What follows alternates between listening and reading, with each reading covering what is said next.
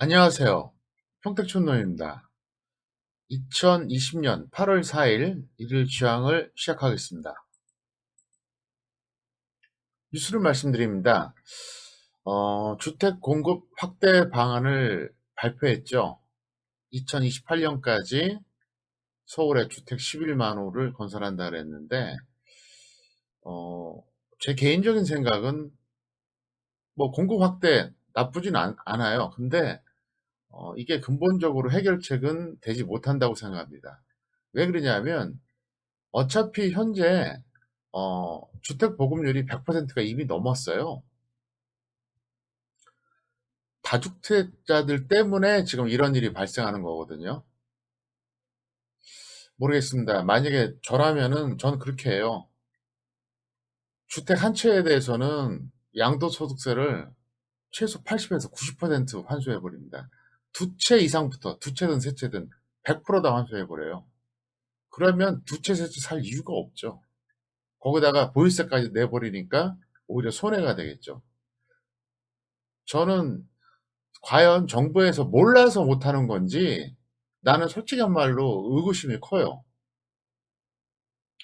말로는 부동산 폭등 막겠다 그랬는데 실제로 그 회의하는데 모여있는 정부의 고위 관료, 정치인들, 뭐 국회의원이라든가 뭐 청와대에 있는 사람들이죠. 죄다 강남에 갖고 있잖아요.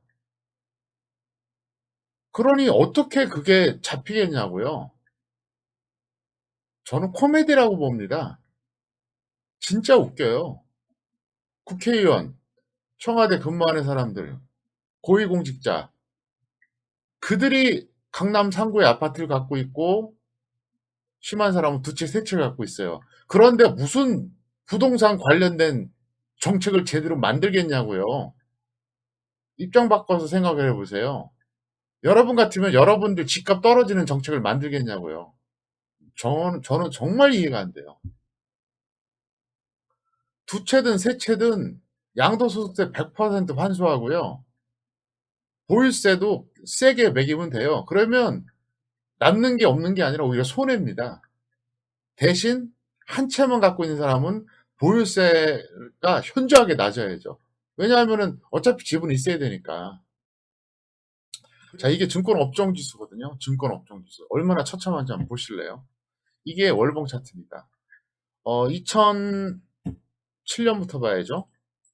네. 2007년이었습니다. 이때, 무려 5224까지 갔어요. 5224. 증권 업종 지수가 5224. 지금 1657. 그러니까 거의 뭐 한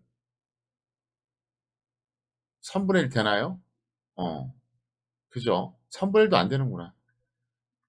1657이니까 곱하기 3 하면 313, 3618이니까 5000도 안 되는 거죠. 지금 3분의 1도 안 돼요. 처참하죠? 처참해요. 지수하고 너무 따로 논다는 거예요. 보세요. 지수는 어때요? 이러잖아요. 지수는 최고점 찍어주고 급락했다가 이제 여기까지 올라왔죠. 이게 코스피 지수입니다. 그런데 증권업종 같은 경우는 처참해요. 지금 어, 봄에 지수 폭락할 때 같이 폭락했다가 올라오니까 슬금슬금 올라오는데 이렇게 돼요. 그래서 저는 증권주에 대해서 어떻게 생각하냐면은 제가 볼 때는 아직은 절대로 주도주는 될 수 없다 이렇게 생각해요. 그런데 우리나라가 언젠가 한번 대폭락이 나오거든요. 무지막지한 폭락이 한번 나올 겁니다. 그때 바닥에서는 아마도 잡아볼 만한 가치가 있지 않을까. 왜? 지금 사실은 좀 저평가되어 있는 경향이 강합니다. 세 번째, 중국. 미국이 중국 언론인들 미국서 모두 퇴출한다면 보복할 것. 뭐 서로 싸움을 하겠죠. 근데 현실적으로 가능하겠습니까? 평택촌의 홈페이지를 통해서 투자 전략을 보시면 상한가와 하한가 이 종목 이게 나옵니다. 이유가 나와요. 리스트와 이유가 나오니까 여러분들이 꼭 참고하시기를 바랍니다. 오늘장 분석입니다. 뭐 특별히 볼 거 없고요. 코스피는 역시 드디어 2020년 최고가 돌파했고 코스닥 마찬가지고 코스피에서는 건설증권 대중주가 상승했다는 게 이게 의미가 있습니다. 건설증권 대중주가 상승했는데 건설은 뭐 서울에 주택 공급을 한다는 이런 호재가 있었고 증권 같은 경우 지수가 올라가니까 뒤늦게 그냥 올라간 거거든요. 근데 사실 모멘텀은 조금 부족하다고 볼 수 있어요. 왜 그러냐면 2028년까지니까 도대체 이게 그때까지 이게 정말 정책이 유지될지 미지수거든요. 예, 그게 좀 그래요. 그 다음에 증권은 뭐 좀 전에 제가 설명드렸다시피 그냥 겨우 그냥 따라가는 거예요. 지수하고 연동이 너무 안 되는 업종입니다. 그리고 코스닥은 역시 코로나 관련주들이 득세를 했습니다. 역시 코로나 관련주들. 뭐 대형주든 중소형주든. 물론 이제 약간 뭐 등락이 교차가 되고 그런 거는 있긴 해요. 그런데 그럼에도 불구하고 어쨌든 그랬는데 잠깐 한번 보실까요? 제가 이제 보여드릴게요. 이게 지금 코로나 테마주만 제가 다 모아놓은 건데요. 자, 잘 안 보이실 겁니다. 글자가 너무 작죠? 오늘 약간 크게 해드릴게요. 하겠습니다. 보세요. 이게 코로나 테마주가 이게 제가 모아놓은 겁니다. 한때 200개까지 갔다가 쓸데없는 거 날려서 지금 한 170개 정도 되는데 오늘 로고스 바이오하고 우리들 제약이 상한가를 갔습니다. 그리고 이거는 코스피 의약품입니다. 코스피 의약품. 코스피 의약품인데 코스피 의약품인데 여기서 보면 하나제약, 종근당 바이오가 어쨌든 상한가를 갖고 우리들 제약 갔는데 어쨌든 이런 상태고요. 이거는 코스닥 제약입니다. 제약. 예. 여기서는 어, 화일약품이 제일 많이 갔네요. 화일약품이. 예, 화일약품이 제일 많이 갔어요. 그래서 지금 여기서 보시면은 009 그러니까 코스피는 의약품이라고 그럽니다. 업종 그 명칭이 코스피는 의약품, 코스닥은 제약 이렇게 부릅니다. 똑같은 바이오인데 명칭이 약간 달라요. 근데 어쨌든 코스피 의약품에서 네 종목이 상한가를 갔는데 우리들 제약이 이제 포함이 됐고요. 코로나 테마주들 모아놓은 것들 중에서 두 개가 상한가인데 역시 우리들 제약이 들어가 있습니다. 우리들 제약이 들어가 있는 이유는 별거 아니에요. 우리들 제약이 들어가 있는 이유는 간단합니다. 바로 엑세스바이오의 최대 주주이기 때문에 그렇습니다. 그래서 오늘 오른쪽 그 하단에 보시면 시젠, 랩지노믹스, 수젠텍 쫙 있잖아요. 이게 다 진단키트 관련주들이에요. 전부 다. 네, 진단키트 관련주들입니다.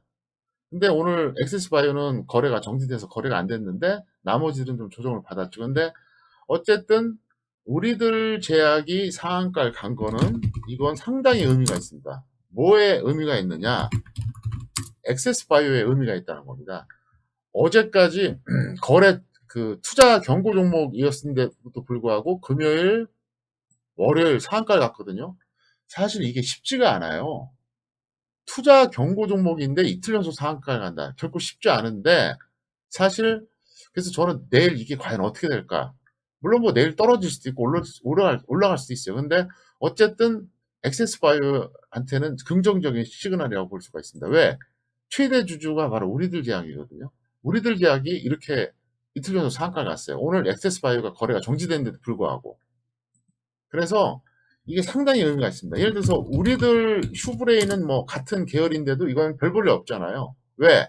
엑세스바이오하고 직접 연관이 없거든요. 근데 우리들 제약은 오늘도 상한가 갔다는 겁니다. 그래서 엑세스바이오가 내일도 세게 치고 갈지 내일은 조정받을지 뭐 뚜껑 열어봐야 알겠죠. 근데 어쨌든 긍정적이다. 그리고 어쨌든 이 종목은 지금까지 제가 3,300원에 추천해서 계속 홀딩 시키고 있습니다. 계속 홀딩 시키고 있어요. 그리고 어제 일일 시황을 보면 제가 유료연들한테 날렸던 문자가 있거든요. 꼭 활용하시기를 바랍니다. 등락 원인은 코스피는 통신, 운송장비, 금융업 지수 상승 견인했고요. 코스닥은 제약입니다. 특이사항은 오늘 코스피나 코스닥이나 양쪽 다 수급은 안 좋았다는 얘기예요. 외국인 기관 프로그램 다 매도했어요. 근데 상승해요. 그러니까 이게 미친장이란 거예요. 원래 외국인 기관 프로그램에서 매도가 나오면 이 하락이 맞거든요. 그렇습니다. 평택촌돔이 가격을 인하했습니다. 현물만 40만 원, 파생만 75만 원, 통합은 115만 원인데 일부러 제가 코로나 사태가 오면서 가격을 내린 겁니다. 제가 가격을 내렸을 때 많이 활용을 하세요. 언젠가 다시 올라갑니다. 저는 이 유료 회원 가격을 마치 금리처럼 오르고 내리고 이렇게 조절을 해요. 상황에 맞게 해야죠. 그리고 이제 저와 봉투 선생은 항상 추천주가 압축이 되고 매수도 얼마 안 돼요. 실제로 오늘 같은 경우 추천주가 3개였는데 매수된 건 2개였습니다. 그리고 오늘 단기 종목은 총 4개 홀딩했어요. 그래서 이게 왜 중요하냐? 이 방송 처음 보신 분들 다시 한번 말씀드리겠는데 저는 추천주가 0 또는 3입니다. 어떤 날은 없고 어떤 날은 뭐 많아야 3개. 그리고 실제 매수가 0 또는 2인데 이래야지만이 실제로 유료인들이 매수하는데 유리하거든요. 근데 보통 양아치들은 뭐 10개, 20개, 30개, 40개 추천해요. 제일 쓰레기들이 어떤 놈들인지 아세요? 이 테마 좋습니다 해놓고 그 테마 한 20개, 30개 쫙 그냥 종목 불러줘요. 그걸 추천이라고 착각하더라고요. 절대 추천이 아니죠. 저는 추천할 때 정확하게 1차 매수가, 2차 매수가, 손절가, 또 목표 그 매도가 정확하게 알려줘요. 네, 문자로. 그래야지 대응을 하잖아요. 그리고 더 중요한 게 뭐냐? 항상 단기는 5개 이내로 관리한다는 얘기예요. 그래서 포트폴리오 관리를 하는 거예요. 그래서 뭐 어제 3개였는데 오늘 또 3개 잡혀서 뭐 예를 들어서 뭐 6개다 그러면 하나 줄이고 어떤 때 2개도 줄여요. 그래서 끌고 가는 종목을 딱 이렇게 5개 이내로 간다는 거예요. 그래서 제가 맨날 그 양아치들 뭐라고 하는 이유가 뭐냐 하면 하도 속아서 그래요. 유튜브라든가 각종 그 동영상 그리고 이제 그 웹에서 보면 너무 속는 사람들이 너무 많아요.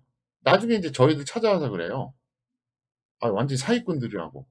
처음에 막 이렇게 적중 종목 쫙 이렇게 리스트 보니까 너무 화려해갖고 예, 유료회원을 가입을 했대요. 그랬더니 맨날 10개, 20개 추천하더라 이거요. 그리고 압축 관리를 안 해줘요. 그럼 10개, 20개 뭐 한 달이면 200개, 400개거든요. 그럼 한 서너 달 추천하면 그냥 거의 1000개가 넘어요. 예. 최소 500개, 많으면 1500개를 추천해요. 미친놈들이죠. 그리고 그 중에서 올라가면은 적중했다고 떠들고, 내려가면은 본전 올 때까지 홀딩하라 그러고. 제가 이런 얘기를 한번 그 제 아이들한테 했어요. 제 아이들 아직 어리거든요. 한 명은 미성년자고, 한 명은 이제 겨우 성인 됐는데, 그래서 이쪽 바닥이 그렇다 이렇게 얘기하니까 딱 한다는 얘기가 뭐냐면, 아빠, 그럼 나도 주식 전문가 할 수 있겠네? 그런 얘기를 하는 거예요. 왜? 누구나 다 할 수 있는 거죠. 그러니까 속지 말라고요. 그리고 저희는 손실보험 봤다고 솔직하게 공개합니다. 거짓말 안 해요. 파생은 요즘 선물 같은 경우 하루에만 3번? 많아야 그 정도 매매하고요. 옵션은 가끔 하는데 오늘 시도했는데 안 잡혔어요. 주식 선물은 현재 1개만 집중하는데 오직 삼성전자만 매매합니다. 왜 그러냐? 삼성전자가 매매하기 편하거든요. 주식 선물도 종류가 많이 있는데 예를 들어서 거래가 없는 걸 하면 실제 매매를 못 해요. 근데 삼성전자 쉽잖아요. 삼성전자는 평가액 50%까지 어제 갔었는데 그냥 오늘도 홀딩했습니다. 자, 오늘의 관심 종목입니다. 제일약품 라파스인데요. 제일약품은 치료 후보 물질이 이제 그 코로나19 환자에게 효과 있다는 소식이 올라갔는데 제일약품이 적정주가 22,000원이고요. 보유자는 매도 재매수, 미보유자는 조정시 매수인데 제일약품 보겠습니다. 자, 어쨌든 적정 주가에 비해서는 많이 올라갔죠. 22,000원짜리인데 근데 이걸 왜 제가 매도 재매수하라 그러냐면 좀 탄력이 떨어져요. 예, 좀 뭐랄까 이때도 한번 급등하고 조정받고 이때도 급등하고 조정받고 이때도 급등하고 또 밀렸다가 돈이 별로 없는 애들이 만지는 것 같아요. 돈이 있는 애들 같으면 이런 식으로 차트를 만들질 않습니다. 저는 주식을 워낙 오래 해서 차트 보면 대충 알거든요. 얘들 돈 없는 애들이에요. 돈 있는 애들이 이렇게 피곤하게 안 해요. 얼마나 피곤합니까, 이게. 그러니까 적당히 반등하면 던지고요. 없는 사람들은 최소한 21선 아래에서 매수를 할까 말까 고민하세요. 무조건 매수라는 뜻은 아닙니다. 그래서, 아무리 높게 잡아도 이제 있는 사람들은 알아서 이제 적당히 던지고요. 아무리 높게 잡아도 21선 아래에서 잡던가 61선 위에서 잡던가 그것도 아니면 120선 아래에서 잡으세요. 어디서 잡아야 될지 저도 이건 지금은 몰라요. 왜? 지수 상황도 봐야 되고 전체적으로 이제 이쪽 테마도 봐야 되고 이 종목도 봐야 되기 때문에 어디가 좋을지는 모르겠지만 이건 평택전은 차트 이론이거든요. 이렇게 하시면 되겠습니다. 그 다음에 이제 라파스는 홀딩 후 매도하고요. 미보자는 조정 시베이스인데 적정 주가 16,400원이고요. 코로나19 반사이익입니다. 라파스 볼까요? 뭐 적정 주가에 비해서 약간 높긴 하지만 뭐 크게 억울한 건 없고요. 이 종목 같은 경우는 홀딩 후 매도라고 제가 그랬죠. 왜 그러냐면은 여기서 이제 한번 갈 것 같아요. 그래서 예를 들어서 뭐 여기서 잡은 분도 있을 거예요. 급락할 때. 또 뭐 여기서 운 좋게 바닥에 잡은 사람도 있고 또 뭐 최고점에서 잡은 사람도 있습니다. 근데 이거는 추세가 나쁘질 않아요. 반등하면 할 것 같거든요. 한 번 더. 물론 이제 최고점을 뚫어줄지 말지는 저도 몰라요. 이것까지는 장담 못 하겠는데 적어도 한 이쯤 반등은 나올 것 같거든요, 대략. 그래서 이거는 좀 더 있다가 홀딩하시고 만약에 밀린다. 예를 들어서 뭐 지금 26,200원인데 예를 들자면 뭐 25,000원이 깨진다. 그러면 없는 사람들도 한번 접근해 볼 필요가 있다. 이렇게 말씀을 드리겠습니다. 오늘은 매매 결과 공개할 게 없고요. 이제 매수해서 얼마 안 되는 종목들이기 때문에 큰 평가액이 없습니다. 지수 전망, 고점 예측은 솔직히 불가능합니다. 저도 모르겠어요. 미국만 보면 돼요. 정확하게. 확인만 가능하다. 이게 무슨 얘기냐? 제가 확인하는 기준이 있긴 한데 이걸 공개할 수는 없고요. 고점 예측은 현재로서는 불가능하고 미국만 참고하자. 확인만 가능하다. 그 확인이 되면 제가 얘기해 드릴게요. 그냥 지수 무시하고 종목 집중하시기 바랍니다. 어차피 지수가 여기서 가도 가겠지만 밀려도 가는 주식은 가거든요. 그리고 대응 전략은 현물은 코로나하고 홍수 피해 관련주. 요걸 꼭 여러분들이 접근하시기 바랍니다. 그리고 파생은 양방향 단타를 반복하시고요. 어, 현재 제가 이제 중기 종목 하나, 단기 종목 4개를 보유하라고 했는데 중기 종목은 액세스바이오입니다. 단기 종목은 4개가 그런 것들이에요. 하나는 제약바이오, 또 두 번째도 제약바이오, 세 번째가 이제 그 코로나 테마주, 네 번째가 그 이번에 홍수피해 관련주거든요. 그래서 최근에 매수한 가격보다 뭐 약간 높거나 같거나 뭐 그 정도입니다. 1차 매수가보다 뭐 평가 손이라도 뭐 0.5%도 안 됩니다. 1%도 안 돼요. 그리고 이제 뭐 같거나 약간 평가이 요 정도인데 이번 주 한번 기대해 본다 이렇게 설명을 드리겠습니다. 자, 오늘 방송이 좀 길었죠. 여기서 이만 마칠까 합니다.